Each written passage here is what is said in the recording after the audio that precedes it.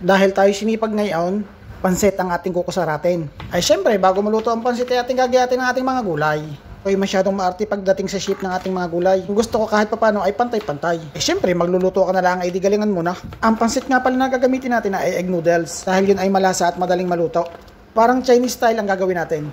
Dahil ang mga condiments natin ay sa Chinese store natin nabili lahat. Yun nga pala mga toyo nila ay malasa, talagang kahit kukunti lang ay talagang panalong-panalo. Kaya recommended sa Weemart nga pala nabibili yun. Kita nyo naman ang daming gulay na atin nilalagay. Siyempre, doon tayo babawi, kunyari diet. Ang ilalahok ko nga pala dyan ay manok. Dapat baboy kaso nag-iiwas tayo sa baboy ngayon. Yan nga pala, umpisahan na natin ang ating pagluluto. Ito nga pala ang itsura ng ating pansit at ating mga ilalagay. Ang kinuha ko nga palang part ng manok ay yung buto-buto. Bukod sa malasa na ay talagang saktong-sakto para sa pansit. Ako nga palang pirituhin ng manok. Nilagyan ko na rin ng toyo from China. At yan na nga, ating nilagay muna ang ating mga gulay.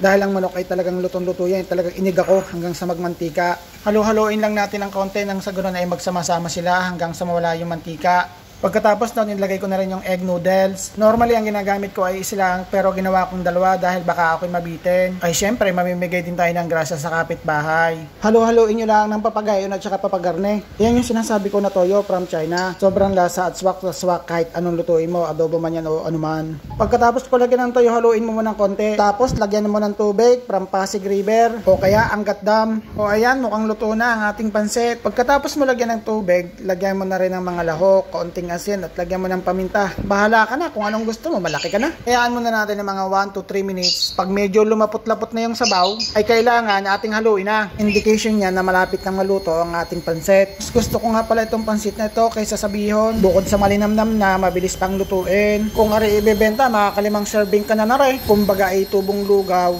Pero malay natin, kahit tayo pa tsambang magluto, ay tayo ay magkaroon ng sarili nating restaurant. Ika nga ay Diyos ko puro, dahil mahabagay. Malabo pa sa sabaw ng pusit at tubig baha, hanggang sa pangarap laan. O ayan na, ito nga pala yung overview ng ating pansit.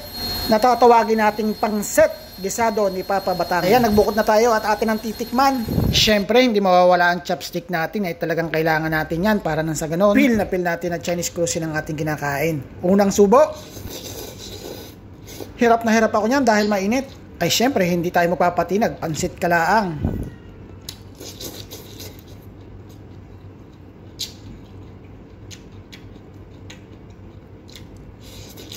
Ay siya mga kamatang, tatapusin na natin ang video. Alam kong ikinaglalaway na.